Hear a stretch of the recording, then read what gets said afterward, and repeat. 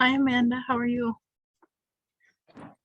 Hello, Lauren. I'm doing well Oh, today. no. I'm outside right now. I'll probably be outside for like the next 30 minutes. I'm at the park, so that's where I'll be for this session. But yeah, Well, at least you're here. That's what counts. yes. Yeah. What are we working on today? I specially formulated a exam 2 review for you guys, including practice problems and a list of things to memorize. Okay. So I'll be sharing that with you guys today, and I will also give it to you guys so that you guys can study tonight more if you want, although I'm sure a little fried. And tomorrow, and then right before your exam, you can look over it again too.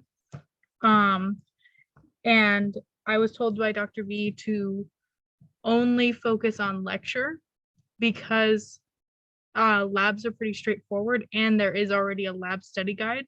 So that resource is available to you guys to fill out, look over, and and study off of that material. It was the lecture that was like there was no structured um like go through question by question with an answer key or a list of things to look at. So let me just write a read down. Let's get started.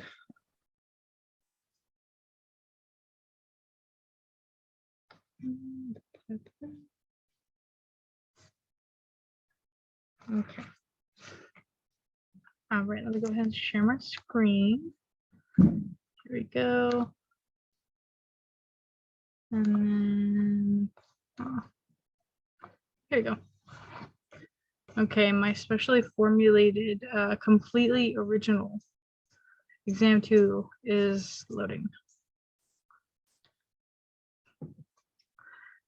I'm gonna make it stop loading. Okay. So let's just go through slide by slide. And I'll have you guys give me what your answer would be, and then I'll tell you right or wrong or whatever you'd like. So the first one we have here is, which of the following is true about doubling or generation time? So one thing I did do was doubling and generation time are synonyms. They are the same thing. They're used interchangeably. So go ahead and look at the questions or the answers and let me know what you think.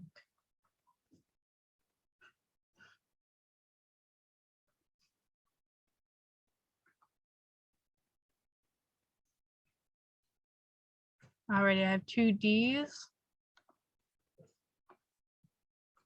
there a general consensus that it's D? It'd be correct. So yes, it is all of the above. So binary fission is the process of prokaryotic division, and in that has an invagination between the 2 cells in order to separate. And the doubling or generation time is also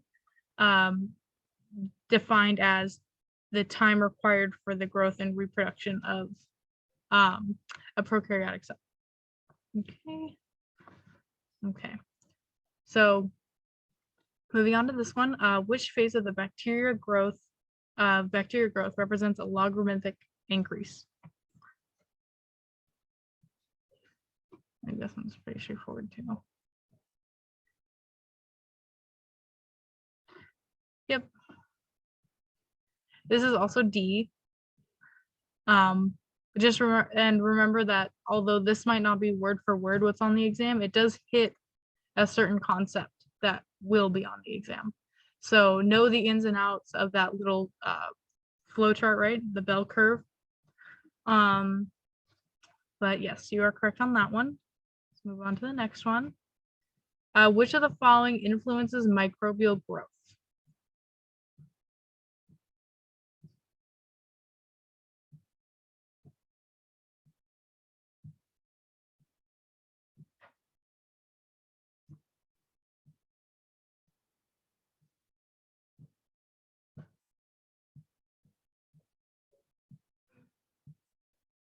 Okay, I have a couple of conflicting answers.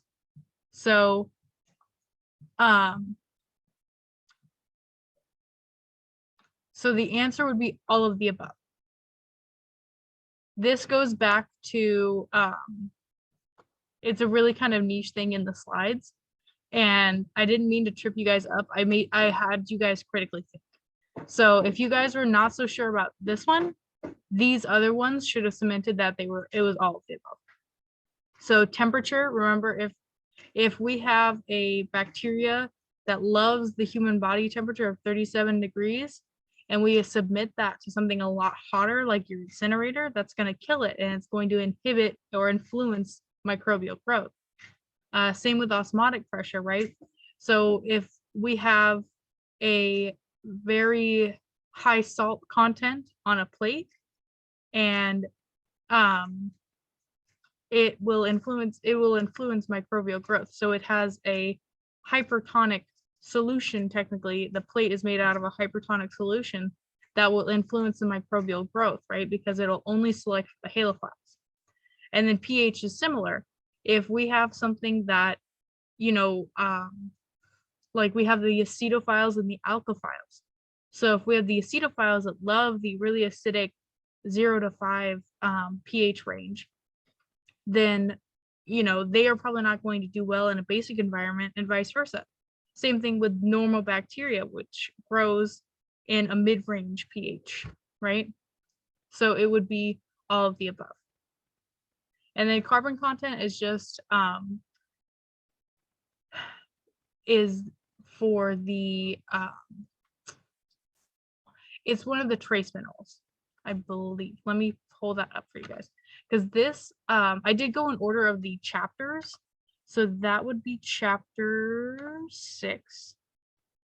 Let's see. Let me see if I can pull it up.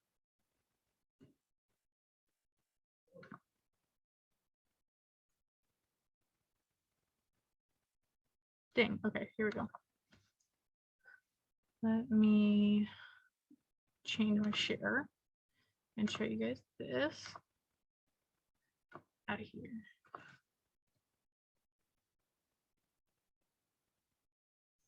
Let's see.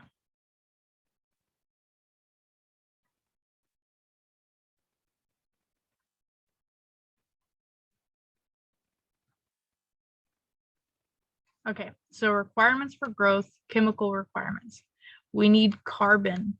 This is a food and energy source. Okay.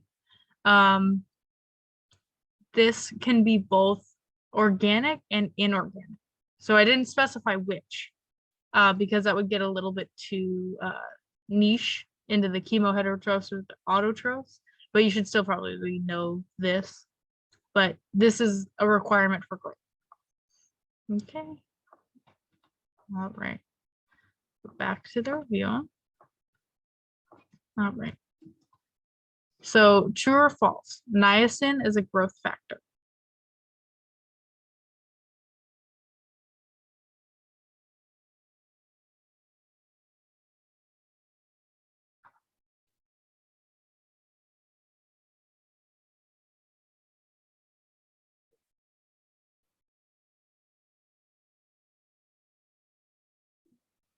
So I have a true.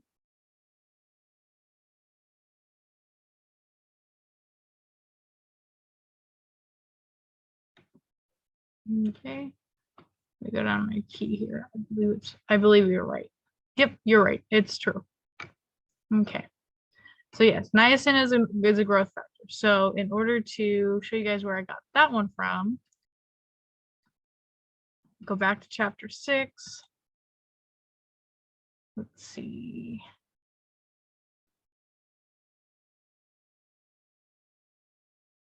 So let's see. Oops.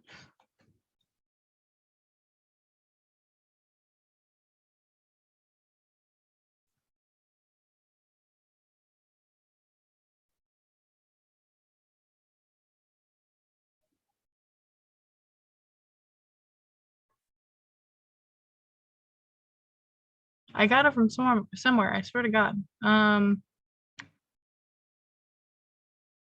Niacin.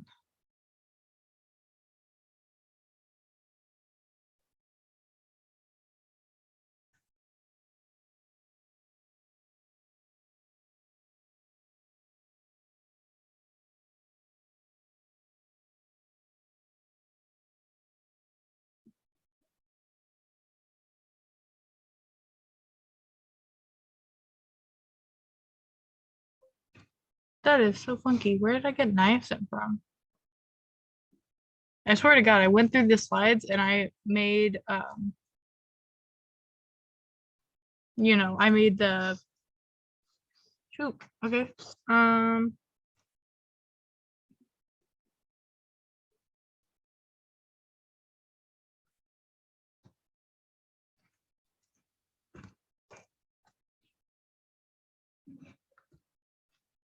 that is so spooky. Okay. Well, I swear it's a growth factor.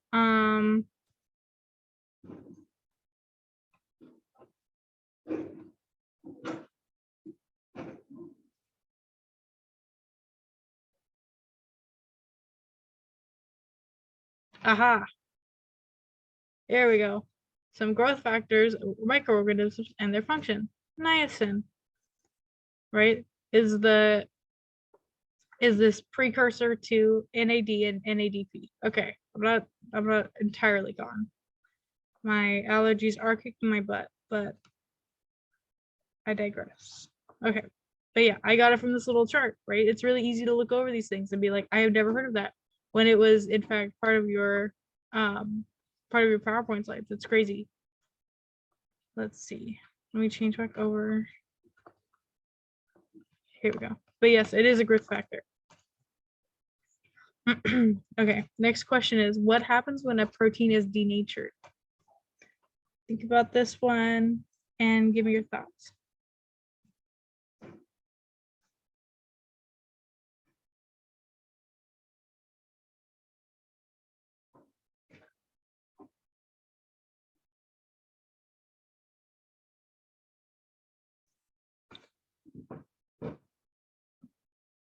All right, I have a B, two B's.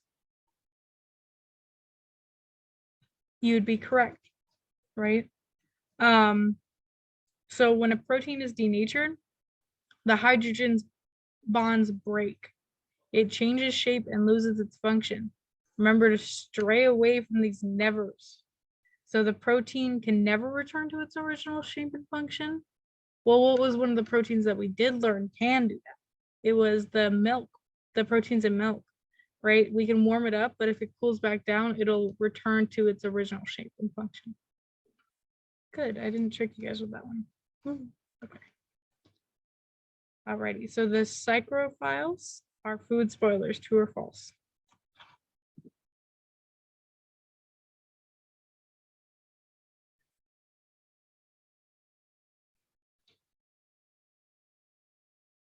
I have an A, I have another A. So we have 2 for true. Actually false. I tricked you guys. So, right, that's a psychrophiles, right? If I go to here and I go to this chart, we have the psychrophiles right here, but the psychotrophs are the food spoilers. I know they're very similar words, but if she threw a curveball like that at you at the exam, during the exam, then I want you guys to be prepared for it, right? So the psychotrophs are the food spoilers. The mesophiles, not the mesotrophs, are the disease-causing organisms, right? Just keep that in mind. It's really close. And it was kind of meant to trick you guys. I kind of meant to trick you guys in all of these. So I had to win some. Alrighty, so this is the food safety aspect, right? So what temperature range is known as the danger zone?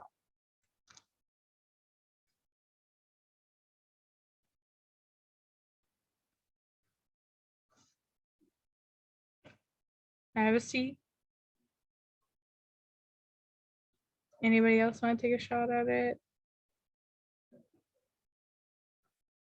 If you agree with Ling Ling, you're right. It is C. There you go. Yep, it's C. So not only is this a very big gap, but this is what the USDA says is the danger zone. Because anything cooler than that would be considered refrigerator temperature. Anything hotter, remember 60 degrees Celsius is what? What is that temperature?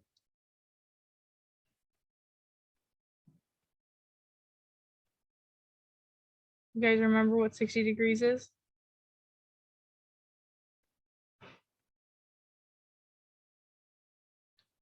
If you guys don't, it's okay.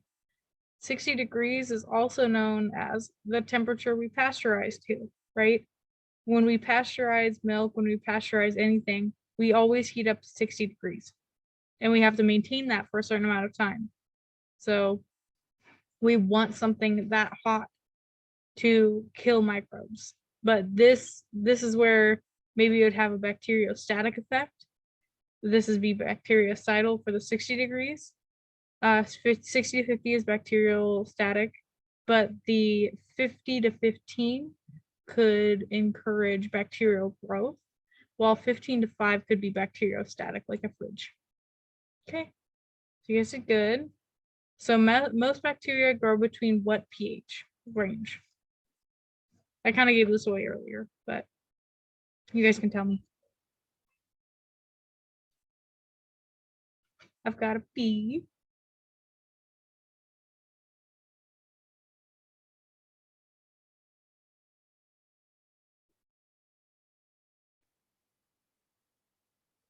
If you agree with Ling Ling, then you are correct. So very similar to us, we like a certain pH. So the 0 to 5 pH would be those acetophiles, right? The acid lovers. While the 8 to 14, the higher end of the more basic end of the pH scale would be our alkalophiles. While our 6.5 to 7.5 is such a niche little comfortable range that most bacteria like to grow there. Now, yet again, I didn't say all, right? Because we have those two exceptions at least. Moving on, we have a hypotonic solution contains ... Read this and tell me what you think.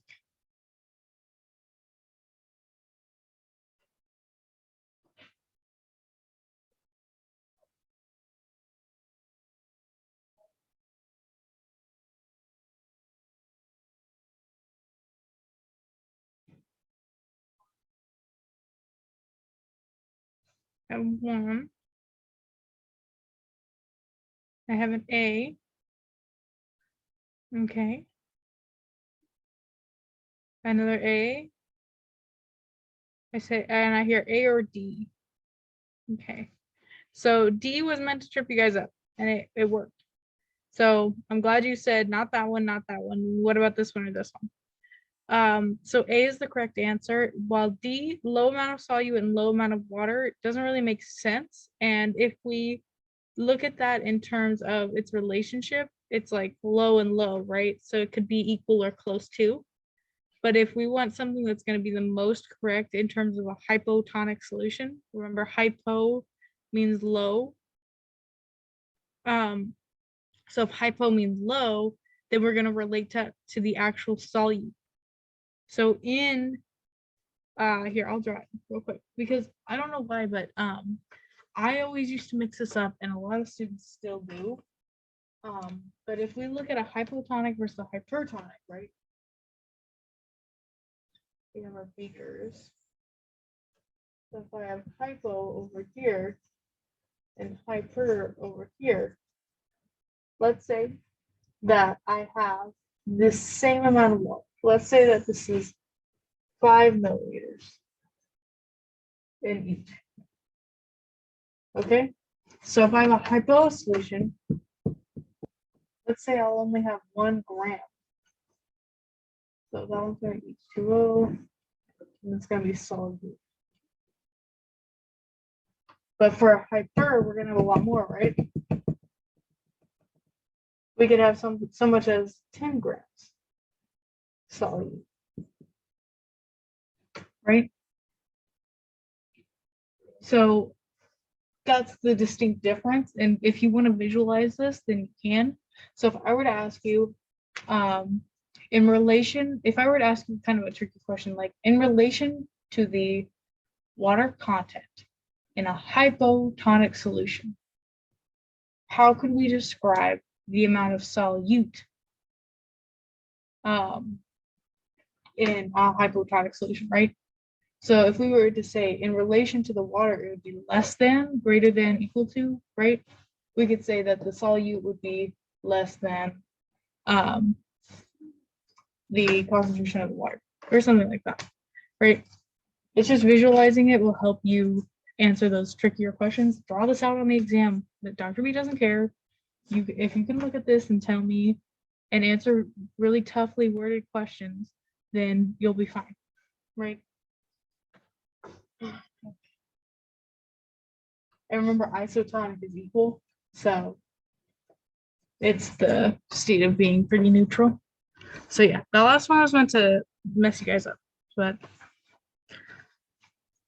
I swear there's a method to my madness.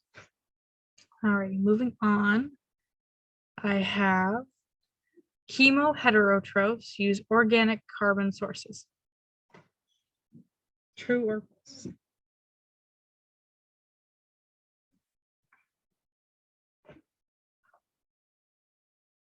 I have a false and I have a true. All right, I guess we're split. Where am I?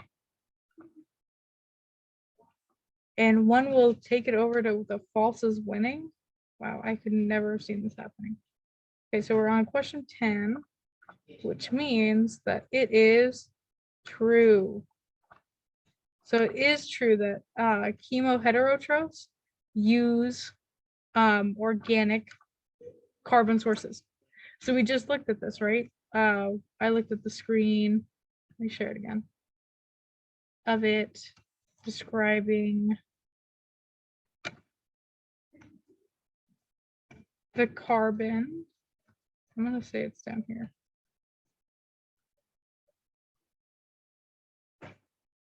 Please, please, please, please. No, it's up here.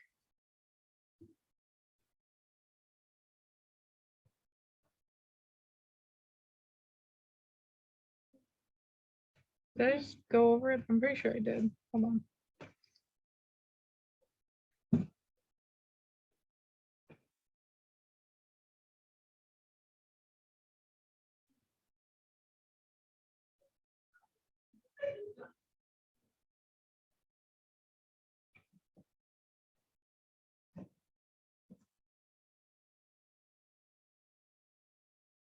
I swear. I'm just tired right now. Okay, here we go. Chemoheterotrophs use organic carbon sources, such as carbohydrates. Autotrophs use inorganic carbon. So autotrophs, right? Autotrophs make their own. They automatically make their own, like an autobiography, it's about themselves. They make their own food. So that would be like your houseplant, right? What does it take in? What is photosynthesis all about? It's about taking that CO2 to regular oxygen. And when we do that, when we take in CO2, CO2 in and of itself is an inorganic carbon. While chemoheterotrophs can use, they find chemicals. Let's see, if we break down the words, it's chemical and opposite trophs. So they get their energy by the opposite chemical, by elsewhere, right? Something other than themselves, chemical, right? So this could be, I'm trying to think. Are we chemoheterotrophs? I think we are. But there you go. We get our energy from, I believe we are chemoheterotrophs. So we ingest carbohydrates for the bulk of our energy. So yeah, okay. I promise I'll try to go a little bit faster with this. Let's see. Trace elements are usually enzyme cofactors. True or false?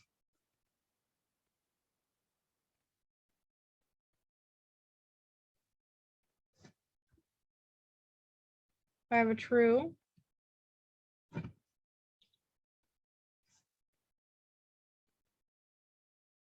I have a false. Okay. Amanda, are you going to be the tiebreaker? True. Okay, the tiebreaker wins. So trace elements are usually enzyme cofactors. That, again, key term usually, and it's not the only enzyme cofactor out there, but it is, trace elements are usually enzyme cofactors if we're talking about microbial growth and chemical reactions and such. Okay. And that, if you want me to show you that, I can. It's, I think I have it relatively close. Although I've been saying that, and then I'm just go by it. And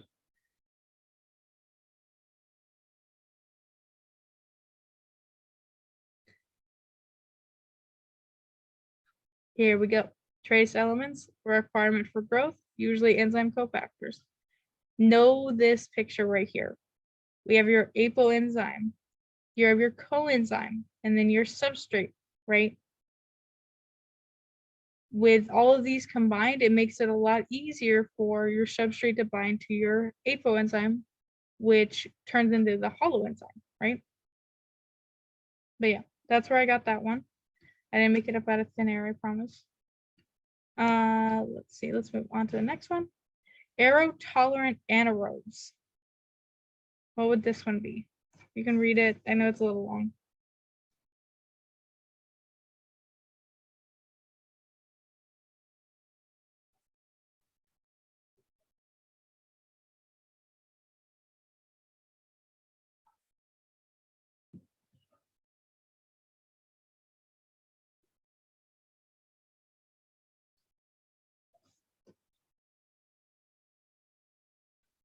I have a D. I have another D.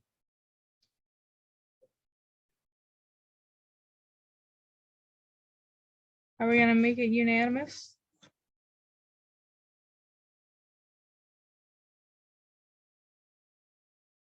All right. Well, I am sorry, guys, but aerotolerant anaerobes do not require oxygen levels lower than that found under normal atmospheric level conditions. So the correct answer would be C. Don't use oxygen, but aren't killed by it, right? Let me show you where I got this information from. Okay. Here we are. So I said that they are aerotolerant anaerobes. They don't use oxygen, but they're not killed by it. Okay. The ones that you guys answered would technically be microaerophilic bacteria. So know this slide definitely. But yeah, be careful, right? All right.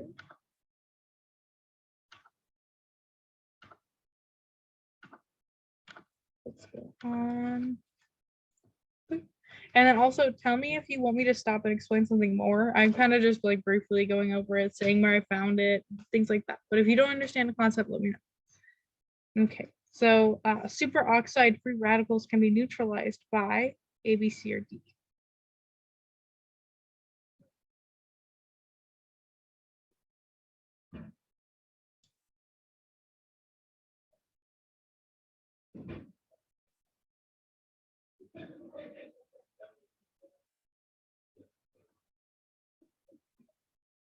What do we think?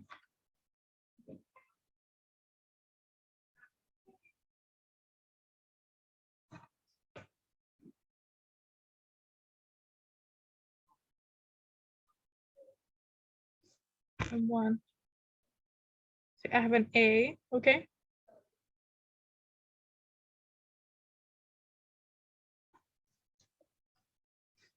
Anybody else want to take a shot at this one?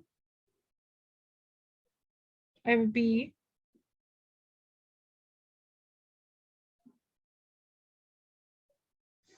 Amanda, any guesses? I think it's D, but D? Okay, so I got a nice spread of answers. So the answer is superoxide dismutase. So let me pull up that slide real quick. It's going to be the last couple one right here. So superoxide free radicals. So I may have actually told you guys this one wrong. So this right here is hydrogen peroxide. So catalase creates oxygen. Actually, yeah, just kidding. I told you guys correctly. So the superoxide free radical would be this O2 negative right here as the negative charge. Superoxide dismutase combines these two to make a docile hydrogen peroxide and oxygen. And we did the catalase test in class. So if a bacteria has catalase and we add hydrogen peroxide, it'll turn it into water and oxygen, forming those bubbles, right? And if we had hydrogen peroxide and oxygen, we could make water. That's why if you leave, and we had peroxidase. So if we were to add all of these things together to a bacteria that had peroxidase, then we would just be making water. So the correct answer would be superoxide dismutase. These other two do involve oxygen and it does involve the hydrogen peroxide, but it's not the same as the free radical oxygen. So just understand the chemistry right here. And then this is just a visualization of that catalase test. Okay. So I'm gonna go ahead and I'll let you guys go on a quick 5-minute break and we'll come back and I will try to get through some more of the slides. Let me see, I am 14 of, let's see, 14. I'm like a quarter of the way done, 14 of 60. So, and some of these are not actual questions, but I will be sharing this PowerPoint so that you guys can look at it and you guys can review it on your own, okay? So I'm gonna let you guys go and it is about to be 3:53. So I'll see you guys back at, I'm sorry, not 3:53, 5:53. So I'll see you guys back at 5:38. 5:38. Bye guys, just a second.